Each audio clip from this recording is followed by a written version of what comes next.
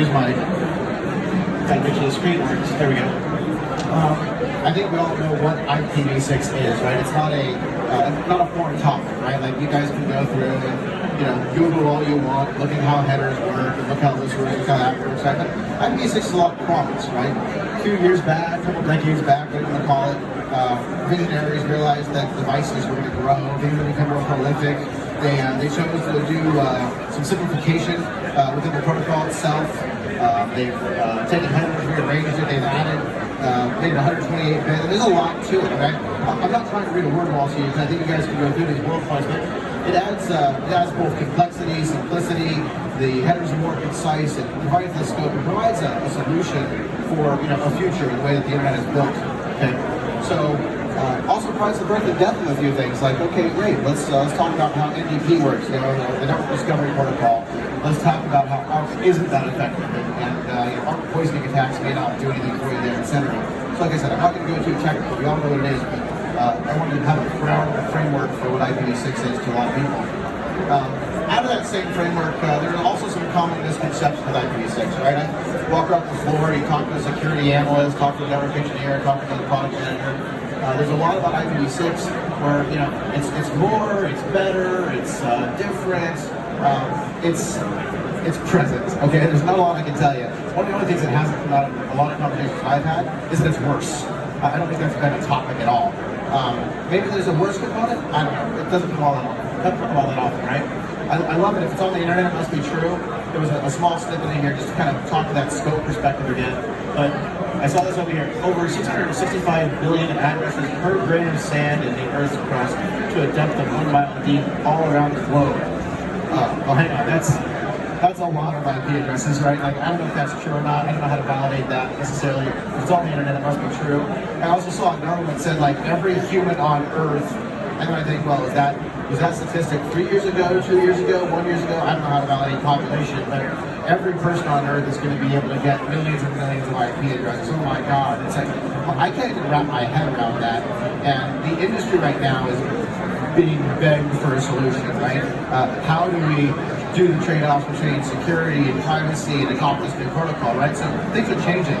So let's address those changes, right? I don't care if it's you're trying to learn a new language, whether it's French, Spanish, Chinese, whatever.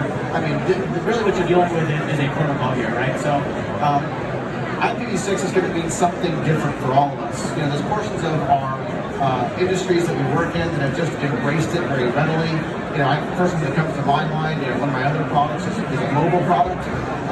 Every mobile device out there these days seems to have both an IPv6 address and some sort of like legacy IPv4 for old school routing and NATing purposes, etc.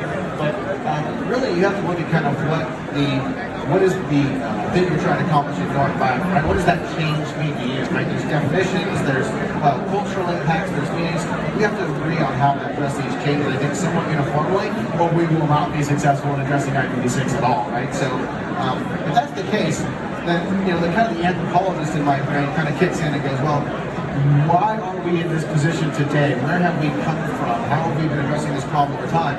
So, I kind of went, well, let me Google for a few hours here and figure out what some of that early messaging was, right? And I go back to the early 90s when I started to step into this particular career path in technology and security, etc. And I'm looking back at some of these old articles and I'm like, wow, man, I can't even read half this stuff, right? This is a time frame when the RSAs are starting to come about. 30 some odd years ago, right? We're thinking, okay, well, it's needed. Here's scientifically how it's going to work. Here's the protocol, how it's going to be designed, etc. This really was, I like this one right here. It's the starting line. Okay, that's where we were all starting to realize that, shoot, this IPv4 stuff isn't going to last forever. We're going to have to make some changes, right? Just by show of hands, who helped write some of these RFCs? Anybody in the crowd, right? Anybody contributes to this technology, right? I went back and looked at some of this stuff, and man, it was pretty complicated, right? Back in that early day. Okay, fast forward a little bit. Let's come up a decade. It looks like okay, it's 10 years later, and now we're able to start sharing a little bit of like, well, this is how I do it. This is what it means to me. Here's how the protocol works, right? There still were no solutions here, right? It just happened to be, at this point, we probably had, I don't know, 40, 50, 60 different revisions to who knows what RFC. Things were evolving, right? So now we're starting to develop factions. We're starting information share.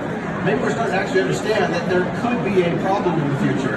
Maybe we haven't gotten there yet, okay? So this is kind of an important kind of step one, step two, learn to walk before you run. Come up another decade, and here we are kind of looking at the more current time frame. So we've got IP6 going out there. We've got some companies that are making some changes, they're breaking some things. Oh my God, it's like the sky is falling, people. IPv6, oh my God, it's going to be the next most amazing thing in the death of all of us. I mean, there's a lot of doom and gloom somewhere out there, and there's a lot of hope as well, right? So, is it messy? I don't know, right? Like, we all have our own unique spaces, we all have our own unique solutions, but quite frankly, I've just gone through in 3 slides about 30 to 40 years worth of evolution, right? We had to introduce it, now we have to start talking about it, and now, oh my God, the sky's falling, right? So, one of the things I'm thinking about is, okay, well, contextually, let's pull that back together, look at a timeline. I left a few bullet points up there for nostalgia's sake, right? But really, quite frankly, you're looking back at about 2006, what is that, 13 years, roughly, right? Since we started to have kind of a stable form of the primary RSA for IPv6. About 2 years ago, maybe 2.5 years ago. Oh my God, we actually labeled something as standardized. Okay, so this isn't, I want to call it a new problem because I can show you evidence of 30 to 40 years ago when we were building, but I can also just point out that we didn't really come to a place where things were standardized until relatively recent, right? So, not to mention the other dilemmas where IPv4 is being exhausted, running out, no more allocation. Oh my God, that's kind of the sky is falling mentality there. But let's look at these things moving forward, right? Let's take that slide that looks backwards and now move forward, right? So, again, I'm not trying to do anything fancy here. I'm just kind of calling out some obvious points. If you look at some of these areas where you've got IPAM, you've got your DHCP, your DNS, your IP management, your kind of my DDI acronym up there, right? All of the analysts, all the forecasters, all the visionaries out there right now, they're looking out 2 years, 5 years, 8 years, maybe if you're going to be edgy, 10 years, right? So the reason I chose 10-year segments is because nobody right now is saying, where's IPv6 going to be in 30 years from now, right? Nobody knows. Like I said, there's a lot of different solutions that are needed to address these kinds of things, right? What's the biggest date I have here? I think, I'm looking at my screen here, I'm cheating. 2028, right? Oh, you got the and beyond, okay? So 2001 Space Odyssey, like, we're going to go into the beyond, okay? So, what does this mean to us, right? Again, I'm not going too technical here. I'm just kind of addressing that IPv6 is out there, it's in the space. What does this mean to me? Within the web root and within the products that we build, one of the most important things to me at my day job is to think holistically. Think about my customers, think about my partners, and how am I going to address those things, right? These are some of the areas where we put a lot of pride and sensitivity, where we look at this stuff and we go, well, we want to make sure that we take in our different points of view, that we think about our different, we're actually very transparent with our level of confidence in what we do, and that's very, very important to addressing this. Like I said, I don't care if it's Spanish, English, French, it's just a protocol, right? So it's something we definitely have to work on and address and provide solutions for. There's a lot of opportunity out there, right? You guys are going to walk into this show, you're going to see a lot of vendors out there, partners, talking about IPv6 and all the fancy stuff they're doing, okay? Turn up your ear, right? How not to get lost in translation. The second part of that is kind of the closing argument here, which is, sit back, relax, bump your feet, enjoy the ride. It's going to be a little bit bumpy, it's going to be fun.